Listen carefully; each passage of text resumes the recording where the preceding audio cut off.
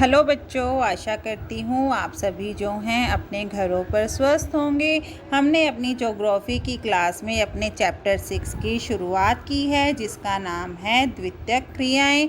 द्वितीयक क्रियाओं में जो है अब तक हमने अपनी बुक एक्सरसाइज पूरी कर ली है। आज हम शुरू कर रहे हैं अपने long question answer. Long question answer में आपका फर्स्ट क्वेश्चन है, उद्योगों की परंपरागत अवस्थिति को प्रभावित करने वाले कारक कौन कौन से हैं। आपको ये क्वेश्चन ऐसे भी आ सकता है, उद्योगों को प्रभावित करने वाले कारक या स्थितियाँ कौन कौन सी हैं। तो आपका ये क्वेश्चन जो है वो इम्पोर्टेंट है, आपने इस क्वेश्चन को अच्छे से लर्न भी करना है।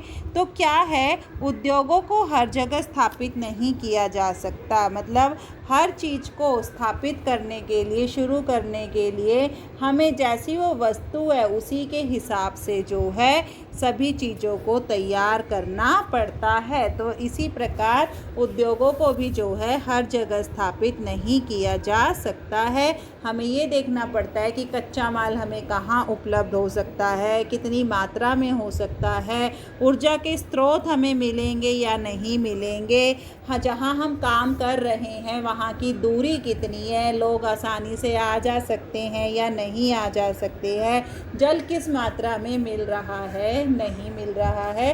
तो जहाँ ये सभी कारक उपस्थित होते हैं वहाँ पर उद्योगों को आसानी से स्थापित किया जा सकता है। हम उद्योगों को ऐसे स्थान पर लगाना पसंद करते हैं जहाँ पर कम से कम खर्चा होए और मुनाफा ज़्यादा से ज़्यादा हो। तो उद्योगों की अवस्थिति को निर्धारित करने वाले कारकों को दो भागों में बांटा गया है। पहला है भौगोलिक कारक और दूसरा है गैर भौगोलिक कारक। भौगोलिक कारक जो हमारे कौन कौन से हैं, देखिए पहला है हमारा दूरी। उद्योगों की स्थिति को जो है दूरी एक जो इसका महत्वपूर्ण कारक माना गया है। दूरी या तो भौतिक रूप से हो सकती है जो कि किलोमीटर में मापी जा सकती है, और दूरी आर्थिक रूप में भी हो सकती है जिसे हम सामान ढोने पर जो हमारा खर्चा आएगा, परिवहन पर जो लागत आएगी, समय जो हमारा लगेगा, उसको हम तो क्या है, भौतिक दूरी की तुलना में जो है आर्थिक दूरी अधिक महत्वपूर्ण है। आप देखिए भौतिक दूरी क्या है, वो कौन सी हो सकती है जो किलोमीटर में मापी जाती है, और आर्थिक दूरी में लागत का पता लगाया जाता है। तो भौतिक दूरी की तुलना में क्या है, आर्थिक दूरी जो है वो अधिक महत्वपूर्ण है। ये परिवहन के साधन, माल की प्रकृति, माल का किराया, ये सब निर्धारित करती है। एक विनिर्माणकर्ता को प्राथमिक कार्य जो है इसी दूरी को कम करना होता है, क्योंकि दूरी कम होगी, परिवहन के साधनों पर कम खर्चा आएगा, तो हमें मुनाफा भी उतना ही ज़्यादा होगा। दूसरा है हमारा कच्चा माल। कच्चा माल क्या कहता है कि उद्योगों को उन्हीं स्थानों पर लगाना चाहिए जहां पर कच्चा माल भी आसानी से उपलब्ध हो।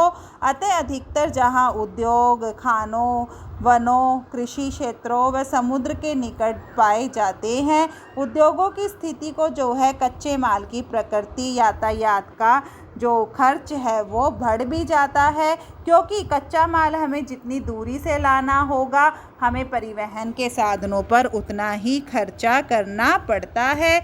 और खर्चा हमें जो, अगर हमारा खर्चा कम होगा तो मुनाफा हमारा ज़्यादा होगा।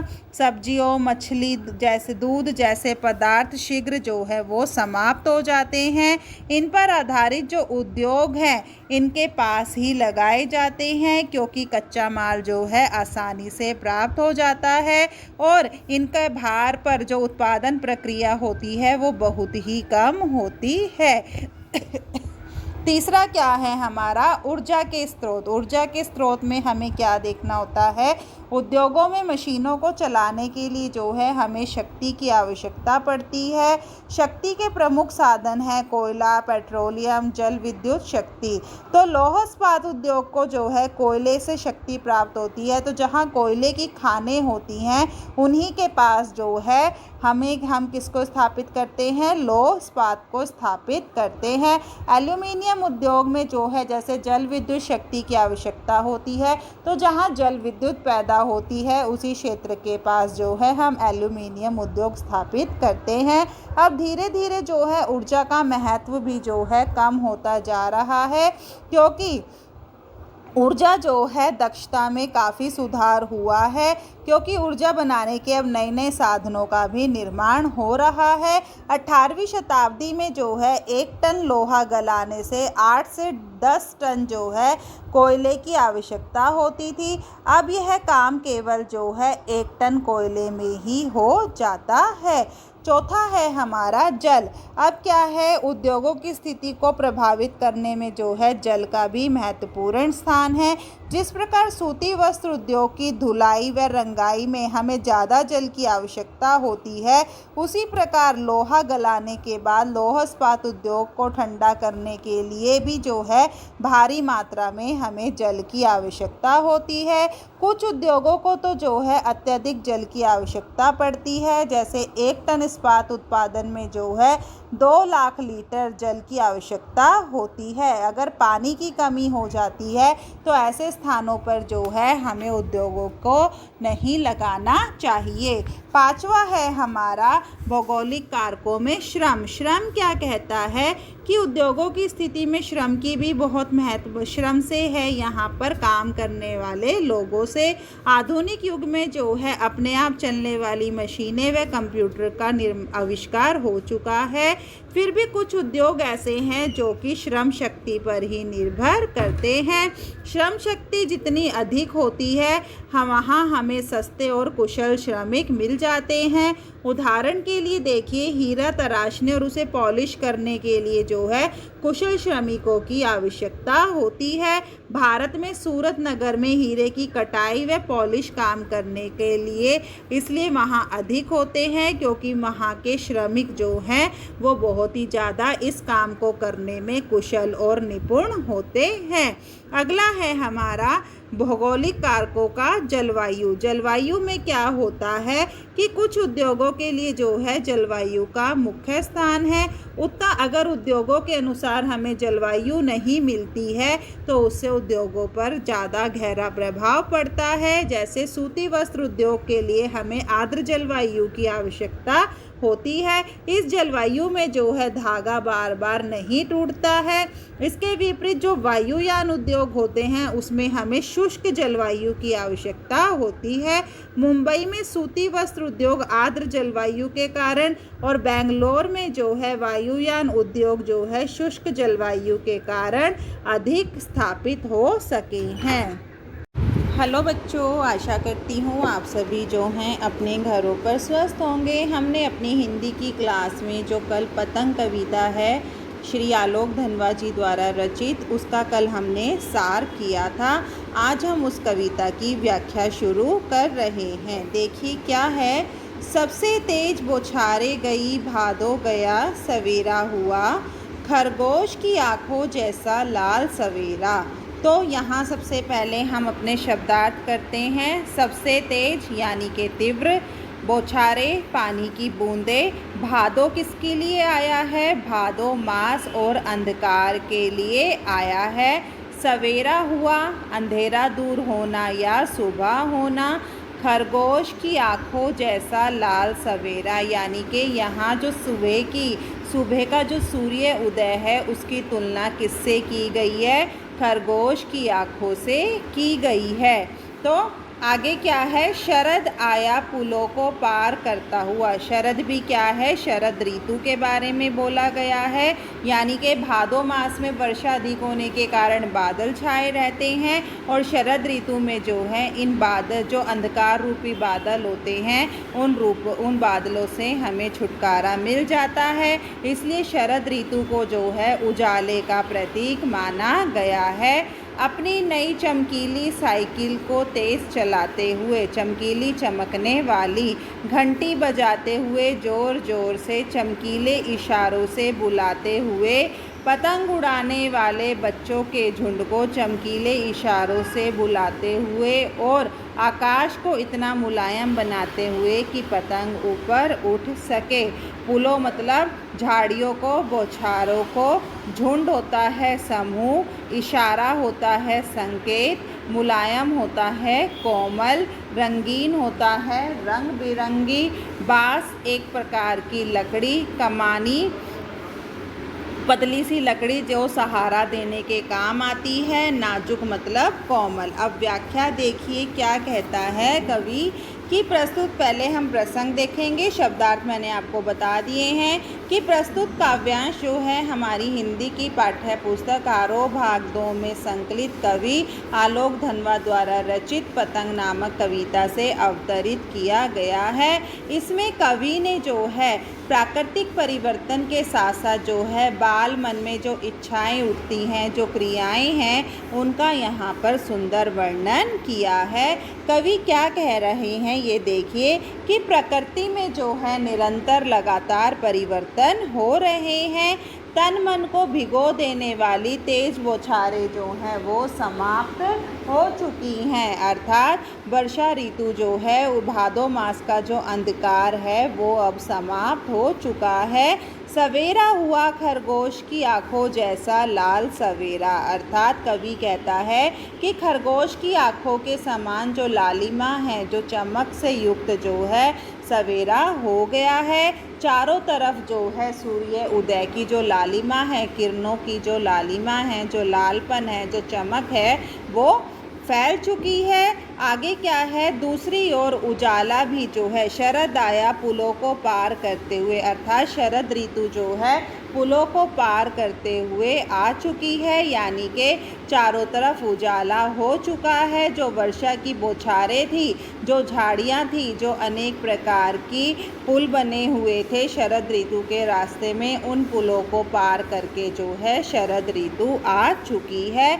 अपनी नई चमकीली साइकिल तेज चलाते हुए शरद ऋतु का मानवीकरण करते हुए कवि कहता है कि शरद जो है अपनी नई चमकदार साइकिल को तेज गति से चलाते हुए, जोर जोर से घंटी बजाते हुए क्या है, पतंग उड़ाने वाले बच्चों को जो है, बच्चों के समूह को जो है सुंदर संकेतों के माध्यम से बाहर बुला रहा है, जो बारिश के कारण अपने घर में छुप के बैठे हुए थे। अब शरद ऋतु जो है उन बच्चों को बाहर की ओर बुला रहे हैं कि आप बाहर आओ और पतंग उड़ाओ। अर्थात कहने का अभिप्राय क्या है कि जैसे ही शरद ऋतु आती है, नन्हे बच्चे जो हैं अपने हाथों में पतंग लेकर इधर उधर दौड़ते रहते हैं। ऐसा लगता है कि शरद ऋतु जो है बच्चों की सुंदर क्रीड़ाओं को करने के लिए, उनके खेलों को देखने के लिए जो है अपने चमकदार इशारों और सुंदर ध्वनियों से वातावरण को इतना कोमल बना देती है कि बच्चे जो हैं घरों से बाहर निकल सकें और पतंग उड़ाने के लिए उनमें एक उत्साह और नया जोश भर देती है। आगे क्या कह रहे हैं, आकाश को इतना मुलायम बनाते हुए कि पतंग ऊपर उड़ सके, यानी कि वातावरण इतना सुंदर हो जाता है, आकाश इतना साफ सुथरा हो जाता है कि पतंगे जो हैं अब आकाश की ऊंचाइयों को छूने लगती हैं। आगे क्या है, दुनिया की सबसे हल्की और रंगीन चीज़ उड़ सके, दुनिया का सबसे पतला कागज़ उड़ सके, बाँस की पतली कमानी उड़ सके। यहाँ कवि कल्पना करते हुए कहता है कि जब पतंग उड़ती है तो ऐसा लगता है मानो सबसे हल्की, सबसे कोमल, सबसे रंगीन वस्तु जो है आकाश में उड़ रही है। संसार में पहले पतले कागज़ के साथ और बाँस की कमानी, बाँस की तिलियों के साथ जो है पतंग को एक साथ जोड़ा जाता था और उसे सहारा देने के लिए जो है बाँस की कमानियों का प्रयोग किया जाता था, जिससे कि जो पतंग है उसके सहारे के साथ आकाश में उड़ पाती है। की शुरू हो सके सीटियाँ, किलकारियाँ और तितलियों की नाजुक दुनिया। अर्थात कवि कहते हैं कि जब पतंगे आकाश में उड़ती हैं, उड़ता हुआ देखकर जो है तितलियाँ रूपी जो कोमल एवं सुंदर बच्चों की सीटियाँ और किलकारियाँ जो हैं वो चारों तरफ सुनाई देती हैं। अर्थात पतंग उड़ने के साथ साथ जो है बच्चों की इच्छाएं भी उनके साथ उड़ने लगती है। बच्चों के समूह जो है आकाश में उड़ते हुए पतंगों को देखकर बहुत ज़्यादा खुश हो जाते हैं और खुश होकर जो है वो ज़ोर ज़ोर से सीटियाँ बजाने लगते हैं, किलकारियाँ मारने लगते हैं। और इस सुंदर वातावरण को देखकर जो है बच्चों के मन में अनेक भावनाएं, अनेक क्रियाएं जो हैं वो जन्म लेती हैं। विशेष में आप क्या लिखेंगे कि कवि ने जो है सवेरे के लिए लाल विशेषण का प्रयोग किया है। खरगोश की आंखों जैसे लाल सवेरे का यहाँ मानवीकरण हुआ है।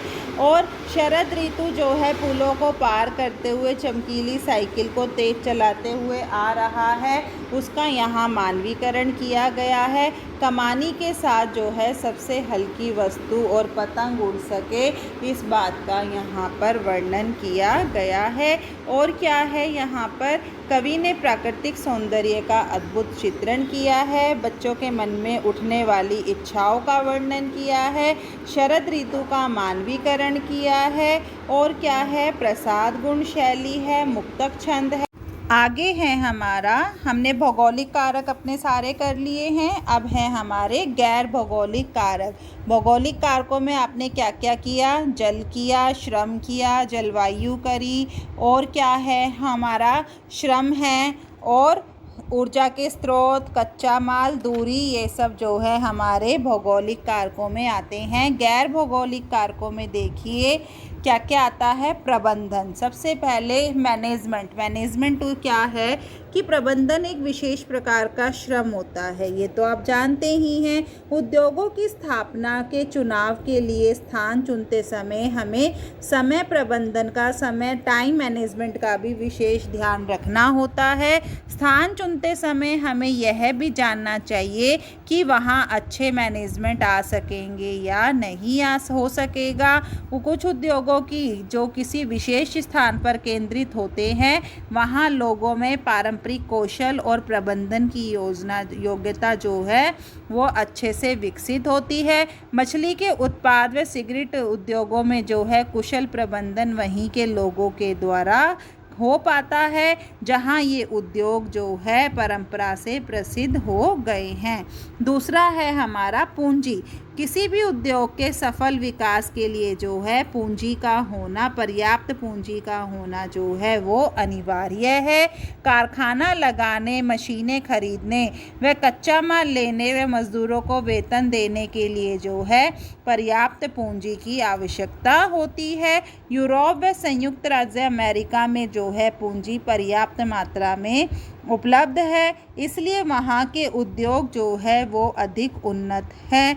इसलिए क्या है कि एशिया और अफ्रीका में पूंजी का अभाव होने के कारण वहाँ के उद्योग जो हैं वो विकसित नहीं हैं।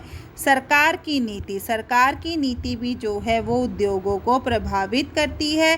जिस प्रकार यदि किसी देश की सरकार वहाँ के उद्योगों, आगे है हमारा सरकार की नीति। अगर हमारी सरकार उद्योगों का राष्ट्रीयकरण कर रही होती है तो विदेशी कंपनियां वहां पर उद्योग नहीं लगाती हैं। दूसरा, यदि टैक्स में छूट और अन्य सुविधाएं दी जाती हैं तो उद्योगों के विकास की संभावनाएं जो हैं वो अधिक बढ़ जाती है।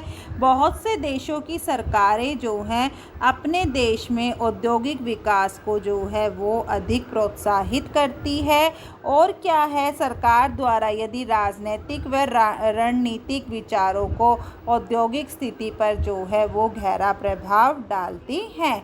अगला है हमारा पर्यावरण। पर्यावरण का भी जो है उद्योगों को विकास करने के लिए अनुकूल पर्यावरण होना आवश्यक है। 1980 के बाद जो है प्रबंधकों और काम करने वालों के लिए सुखद पर्यावरण की मांग बढ़ती जा रही है।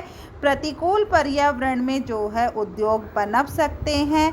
उद्योग जो है प्रतिकूल पर्यावरण में जो है उद्योग पनप नहीं पाते हैं, क्योंकि जब तक हम क्या है जो हमारे उद्योग हैं उनके अनुकूल हमें जलवायु प्राप्त नहीं होती है, पर्यावरण प्राप्त नहीं होता है, तो हमारे उद्योग जो हैं वो विकसित नहीं हो पाते हैं। इसलिए अनेक कंपनियां जो है महानगरों से दूर शांत और सुंदर वातावरण में जो है ग्रामीण क्षेत्रों में जो है अधिक से अधिक मात्रा में उद्योग लगाना पसंद करती है।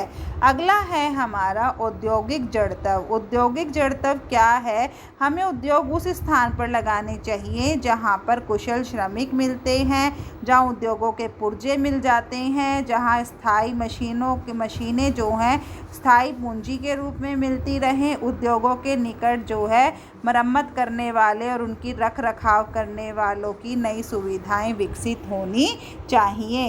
अगला है हमारा यातायात के साधन। यातायात के साधन क्या कहता है कि जो हमारे उद्योग है उन स्थानों पर लगाने चाहिए जहाँ पर हमें उत्तम और शीघ्र मिलने वाले यातायात के साधन उपलब्ध हो सकें।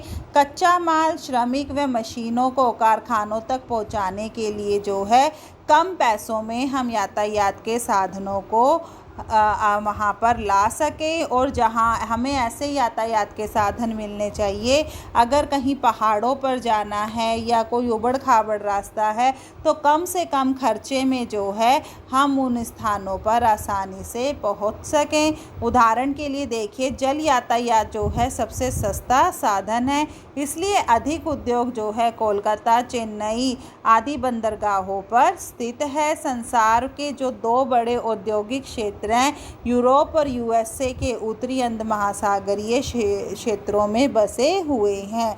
मानवीय कारक भी जो है उद्योगों की स्थिति को प्रभावित करते हैं। जहां मनुष्य कुशार्ग बुद्धि वाले होते हैं, शिक्षित होते हैं, संस्कारी होते हैं, वो अपने अनुभवों के आधार पर जो है मनुष्य अनुकूल और प्रतिकूल कारकों के बीच संतुलन बनाए रखता है। उद्योगों का स्थानीयकरण की जो समकालीन प्रवृत्तियों को देखकर ही जो है उद्यमी उद्योग जो है अपने एक स्थान के लिए चुनाव कर पाते हैं। सस्ती और समतल भूमि। जहाँ भूमि सस्ती होगी और समतल होगी, समान होगी, वहाँ पर उद्योगों को आसानी से लगाया जा सकता है। जैसे कि जमशेदपुर का इस्पात उद्योग दामोदर नदी घाटी के मैदानी क्षेत्रों में लगा हुआ है। बाज़ारों की निकटता। हमें जो है उद्योग बाज़ारों के समीप लगाने चाहिए। इससे कम खर्चे पर जो है तैयार माल को बाज़ारों तक भेजा जा सकता है। मालों की खपत जो है वो जल्दी होती है और लाभ प्राप्त होता है। शीघ्र खराब होने वाली वस्तुओं के उद्योगों को जो है जैसे डेयरी उद्योग, खाद्य उद्योग बड़े नगरों के निकट लगाए जाते हैं, क्योंकि यहाँ अधिक जनसंख्या होने के कारण जो है माल खरीदने की शक्ति भी अधिक होती है। ज़्यादा मात्रा में जो है लोग माल को खरीदते हैं और ख़राब होने की संभावना भी कम हो जाती है। छोटे छोटे पुर्जों को तैयार करने वाले उद्योग जो है बड़े कारखानों के निकट लगाए जाने चाहिए, जहां इन पुर्जों का प्रयोग होता है। वायुयान व शस्त्र उद्योगों का जो है विश्व बाजार माना गया है। तो ये थे हमारे गैर भौगोलिक कारक कौन कौन से हैं? प्रबंधन, पूंजी, सरकार की नीति, पर्यावरण, औद्योगिक जड़त्व, मानवीय कारक, यातायात के साधन, सस्ती समतल भूमि, बाजार की निकटता। और ये क्वेश्चन आपका बहुत इम्पोर्टेंट भी है।